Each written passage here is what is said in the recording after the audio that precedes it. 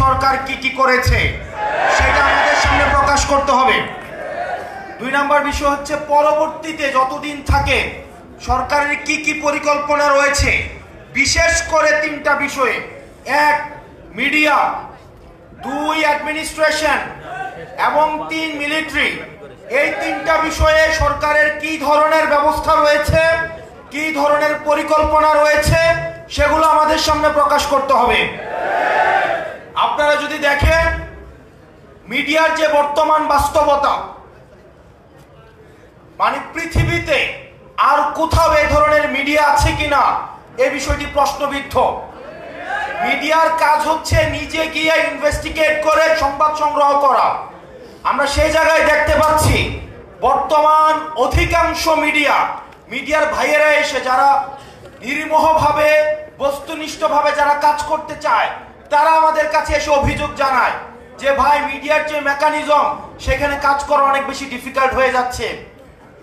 Cantonment থেকে DGFI থেকে news লিখে মিডিয়াতে দেয় এবং সেইটা মিডিয়া ছাপায়। এবং আপনারা দেখেছেন সম্প্রতি মিডিয়া কিভাবে নগ্নভাবে এই গণ অভ্যুত্থানের সাথে যারা জড়িত তাদের ক্যারেক্টার অ্যাসাসিনেশনের জন্য, নারীদেরকে কিভাবে বিতর্কিত করার জন্য একটা অ্যাপ্রোচ নিয়েছে। আমরা মিডিয়ার প্রতি আহ্বান জানাবো। আমরা চাই মিডিয়ার থেকে বস্তুনিষ্ঠ এবং জনগণের যেই বক্তব্য, জনগণের যেই দেশ নিয়ে যে পরিকল্পনা সেটা সঠিকভাবে উঠে আসুক। অথচ আমরা মিডিয়াকে দেখতে পাচ্ছি গণমাধ্যমে আগের মতো ডিজিএফআই থেকে শুরু করে রাষ্ট্রীয় বিভিন্ন এজেন্সি সেখানে নগ্নভাবে হস্তক্ষেপ করে। কিছুদিন আগে চ্যানেল 1, ডিবিসি, আমরা দেখেছি অভ্যুত্থানের সময় আমাদের ব্যক্তিগত অভিজ্ঞতা, অভ্যুত্থানের সময় যখন আমাদেরকে বন্দী করেছে, ডিজিএফআই যখন উঠিয়ে নিয়ে গিয়েছে, আমরা দেখেছি আমাদেরকে বসিয়ে রেখে ডিবিসি কে ফোন দেওয়া হতো, এই হেডলাইন চেঞ্জ করেন, এই নিউজ চেঞ্জ করেন। ডিবিসি তখন সেগুলাকে চেঞ্জ করত। আমরা দেখতে পাচ্ছি আগের মতো করে একই ধরনের মিডিয়া এখন তার চরিত্র আবার আগের মতো হয়ে গিয়েছে। এজেন্সি ছবি তুলে পাঠায়, সেটা মিডিয়াকে দেয় এবং মিডিয়া সেটাকে প্রকাশ করে। মিডিয়া এখন আর গণমানুষের নাই, সেটা এখন এজেন্সির মুখপাত্র হিসেবে কাজ করছে। প্রিয় মিডিয়ার ভাই বন্ধুরা যারা আছেন, আমরা আপনাদের কাছে বিনীতভাবে অনুরোধ করব, আমরা চাই না মিডিয়াকে আর কেউ নিয়ন্ত্রণ করুক। হাসিনা যেভাবে মিডিয়াকে নিয়ন্ত্রণ করেছে, বাণিজ্যিকীকরণ করেছে, বিভিন্ন অলিগার্ক শ্রেণীর মধ্য দিয়ে মিডিয়াকে নিয়ন্ত্রণ করেছে, সেটির অবসান ঘটুক। এবং আপনারা যারা গণমাধ্যম কর্মী আছেন, আমরা জানি আপনাদেরকে বেতন দেওয়া হয় না, শুধুমাত্র মিডিয়ার বুমটা ধরিয়ে দিয়ে আপনাদেরকে বলে এটা দিয়ে আপনাদের জীবিকা অর্জন করেন। আপনাদের ওয়াইজ বোর্ড নাই, আপনাদের নিয়মিত বেতনের কোনো ব্যবস্থা নাই। আমরা চাই আপনারা আপনাদের পক্ষে কথা বলুন, আপনারা গণমানুষের প্রতিনিধিত্ব করুন।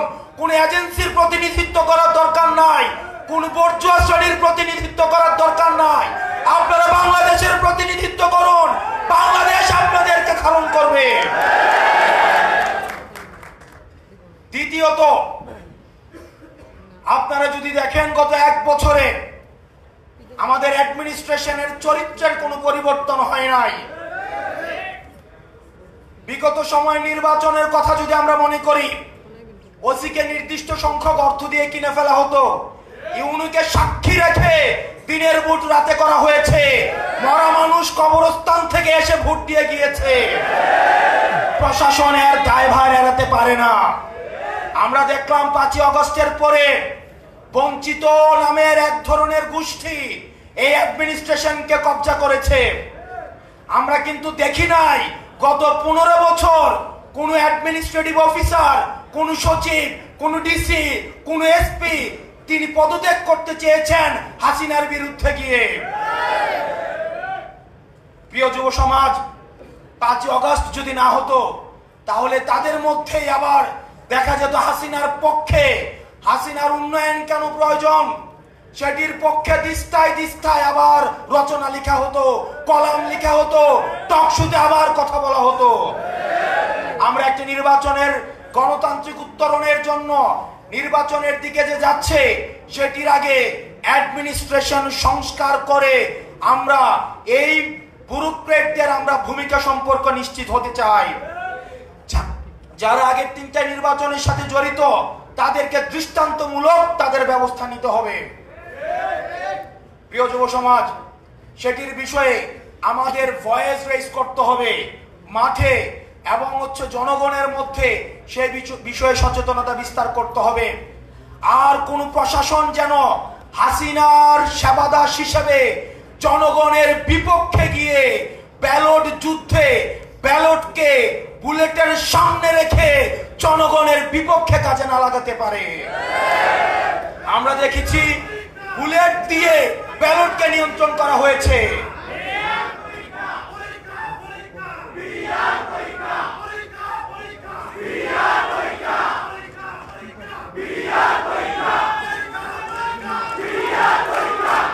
প্রিয় যুব শক্তি, আমরা অ্যাডমিনিস্ট্রেশনের যারা রয়েছেন পরবর্তী বাংলাদেশ বিনির্মাণের জন্য আপনাদের ভূমিকা অপরিসীম। আপনাদের সহযোগিতা আমাদের লাগবে। একটা বাংলাদেশ বিনির্মাণের জন্য আপনাদের গুরুত্বকে কখনোই এখানে গণ্য করার সুযোগ নেই। কিন্তু দয়া করে আপনারা এনসিপি পন্থী হওয়ার দরকার নাই, আপনাদের জামাতপন্থী হওয়ার দরকার নাই, আপনাদের বিএনপি পন্থী হওয়ার দরকার নাই। কোন রাজনৈতিক পন্থী হলে সেটার পরিণতি কি হয় সেটা আপনারা 5 আগস্ট দেখেছেন। দয়া করে আপনারা যে শপথ নিয়ে জনগণের সেবা করার জন্য আসেন, আপনারা দয়া করে বাংলাদেশ পন্থী হন। সর্বশেষ সবচেয়ে কনসার্নিং বিষয়, আমরা দেখেছি গুম খুন হত্যার সাথে কিভাবে রাষ্ট্রীয় এজেন্সিগুলো কিভাবে জড়িত রয়েছে। 5 আগস্টের পূর্বে আমাদেরকে ভিলেন বানানোর চেষ্টা করা হয়েছে। আমরা দেখেছি এজেন্সিগুলো মিডিয়াকে নিয়ন্ত্রণ করে, এজেন্সিগুলো ব্যুরোক্রেটদেরকে নিয়ন্ত্রণ করে। সেজন্য ডিজিএফআই নামে যে সংগঠনটি রয়েছে সেটির বিরুদ্ধে যথাযথ ব্যবস্থা নিতে হবে। পৃথিবীতে আর কোন অর্গানাইজেশন নেই। আপনি যদি সিআই এর কর্মকাণ্ড দেখেন, তারা ইন্টারনাল এই ডোমেস্টিক পলিটিক্স নিয়ে তারা কখনোই, আপনি দেখবেন ডিজিএফআই বিদেশে বাংলাদেশ নিয়ে কি ষড়যন্ত্র হচ্ছে সেটি নিয়ে কোনো তথ্য নেই। তারা একটা রাজনৈতিক দলের সাথে আরেকটা রাজনৈতিক দলের, একটা রাজনৈতিক নেতার সাথে আরেকটা রাজনৈতিক দলকে কিভাবে মুখোমুখি দাঁড় করিয়ে দেওয়া যায় সেটি নিয়ে তারা দিনরাত ব্যস্ত থাকে। আমরা বলবো আপনারা আপনাদের কাজ করেন। এই আনঅডিটেড, আপনারা যদি দেখেন ডিজিএফআই এর কিন্তু অর্থ কখনো হিসাব করা হয় না। একটা আনঅডিটেড একটা ফান্ডেড একটা প্রতিষ্ঠান হচ্ছে ডিজিএফআই, এবং সেটাকে দীর্ঘদিন গুম খুন হত্যার সাথে সেটাকে জড়িত করা হয়েছে। দুঃখজনক ভাবে আমরা দেখছি রাষ্ট্রের অনেক বড় বড় কর্তা ব্যক্তিত্ব এখন ডিজিএফআই এর পক্ষে দাঁড়িয়ে যাচ্ছে। আমরা চাই এই প্রতিষ্ঠানটাকে সংস্কার করতে হবে, প্রয়োজনে এই প্রতিষ্ঠানটাকে ব্যান করে দিতে হবে। ব্যান করে দিয়ে এই মিলিটারি অর্গানাইজেশনকে বাংলাদেশ পন্থী হিসাবে গড়ে তুলতে হবে। কোন দলপন্থী করার কোনো প্রয়োজন নাই। বাংলাদেশের স্বাধীনতা সার্বভৌমত্বের জন্য এই মিলিটারি অর্গানাইজেশনকে আধুনিক যুগোপযোগী, আমাদের 24 দফায় আমরা যেভাবে বলেছি বাংলাদেশ পন্থী একটা মিলিটারি অর্গানাইজেশন আমরা গড়ে তুলবো, সেভাবেই গড়ে তুলতে হবে। প্রিয় যুব সমাজ, অ্যাডমিনিস্ট্রেশন, মিলিটারি এবং মিডিয়া সংস্কারের জন্য এবং পরবর্তী বাংলাদেশ বিনির্মাণের জন্য আমাদেরকে সবাইকে ঐক্যবদ্ধভাবে কাজ করতে হবে। আমরা জানি আমরা সফলভাবে পতন করতে পেরেছি, কিন্তু এখনো পর্যন্ত সফলভাবে রাষ্ট্র গঠন করতে পারি নাই। সুতরাং সফলভাবে রাষ্ট্র গঠন করতে হলে আমাদেরকে সবাইকে ঐক্যবদ্ধ থাকতে হবে। এবং আমরা জানি আমাদের রাষ্ট্রের বিরুদ্ধে বিভিন্নভাবে ভারতে বসে ষড়যন্ত্র করা হচ্ছে। আওয়ামী লীগের বি টিমকে আবার আমাদের রাজনৈতিক ময়দানে নামিয়ে আসা হয়েছে। আওয়ামী লীগকে আমরা যেভাবে প্রতিরোধ করেছি, ঠিক একইভাবে আওয়ামী লীগের বি টিম যে নামে রাস্তায় নামুক না কেন আমরা তাকে প্রতিরোধ করব। বাংলাদেশ ফ্যাসিবাদী বিরোধী রাজনৈতিক দলগুলোকে ঐক্যবদ্ধ থাকতে হবে। এখানে জাতীয়তাবাদী শক্তির যে রাজনৈতিক দলের এনি ভাই এখানে উপস্থিত রয়েছেন, জামাতে ইসলামের নেতৃবৃন্দ এখানে উপস্থিত রয়েছেন। বাংলাদেশের পরবর্তী বাংলাদেশ বিনির্মাণের জন্য ফ্যাসিবাদ বিরোধী রাজনৈতিক দলকে ঐক্যবদ্ধভাবে থাকতে হবে, নতুবা সেটির সুযোগ নিবে আওয়ামী লীগ, সেটির সুযোগ নিবে XYZ নামে আওয়ামী লীগের বি টিম। এবং আমার কাছে প্রশ্ন, ফ্যাসিবাদ বিরোধী রাজনৈতিক দলগুলো যেহেতু এখানে আছে, 5ই আগস্ট পরবর্তী সময়ে যারা আওয়ামী লীগের নির্বাচনগুলোকে বৈধতা দিয়েছে, সেই মুনাফেক জাতীয় পার্টি কিভাবে মাঠে এসে হুঙ্কার দেয়?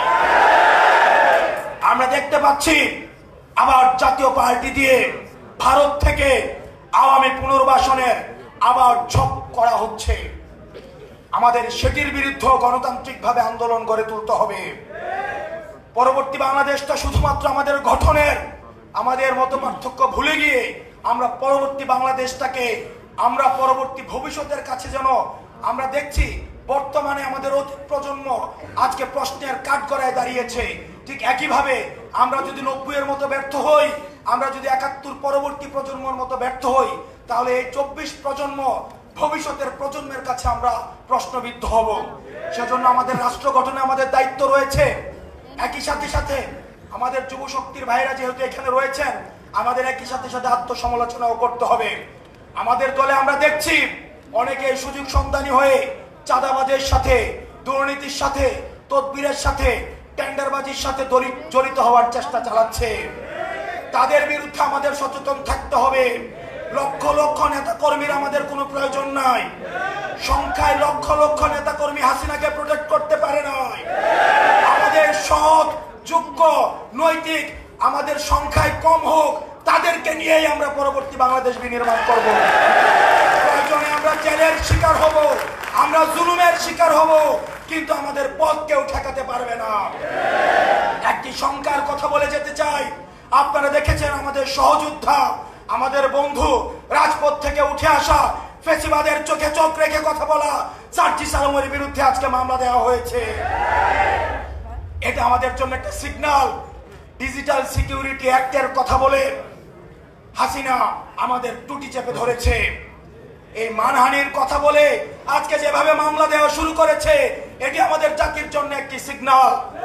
জনাব তারেক জিয়া সাহেব দ্বিমতকে প্রকাশ করার জন্য, দ্বিমতকে উৎসাহিত করার জন্য উনি উনার নিজের ক্রিটিসিজম কার্টুনকে শেয়ার দিচ্ছে, আবার একই সাথে উনার নেতা কর্মীরা আমাদেরকে বান্দির বাচ্চা বলে গালি দিচ্ছে। আমরা দৃষ্টি আকর্ষণ করছি আপনাদের যারা নেতৃত্বস্থানীয় পর্যায়ে রয়েছেন, তাদের বিরুদ্ধে ব্যবস্থা নেবেন, না হয় আমরা ধরে নিব এই সিগন্যাল সেন্ট্রাল থেকেই দেওয়া হচ্ছে। এবং 10 কোটি টাকার যে মানহানি মামলা দেওয়া হয়েছে, এটি পরবর্তী বাংলাদেশের রাজনৈতিক সহিষ্ণুতা, রাজনৈতিক সৌহার্দ্যের জন্য একটা ব্যাড মেসেজ হিসেবে থেকে গেল। আমরা চাই আপনারা আমাদের প্রতি কাঁটা ছুড়বেন, আপনারা আমাদের মানহানি মামলা দিবেন, আমাদের টুটি চেপে ধরবেন, যারাই ধরুক না কেন আমরা আপনাদেরকে সাদরে বলবো গণতান্ত্রিক এই যাত্রা অব্যাহত রাখার জন্য প্রয়োজনে আমরা জেলে যাব, জুলুমের শিকার হব, প্রয়োজনে ফাঁসির কাস্ট ঝুলবো, কিন্তু কোনো অন্যায়, কোনো হাসিনার ডিএসি, কোনো সিকিউরিটি অ্যাক্ট, কোনো মানহানি মামলা আমাদেরকে আটকায় রাখতে পারবে না। আমরা চাই ফ্যাসিবাদ বিরোধী শক্তি আমরা ঐক্যবদ্ধভাবে আমরা পরবর্তী বাংলাদেশ বিনির্মাণ করব। আপনারা সবাই ভালো থাকবেন, সুস্থ থাকবেন। ইনকিলাব ইনকিলাব ইনকিলাব ইনকিলাব, আপোষ না সংগ্রাম, দালালি না রাজপথ, আপোষ না সংগ্রাম, এনসিপি এনসিপি, যুব শক্তি যুব শক্তি।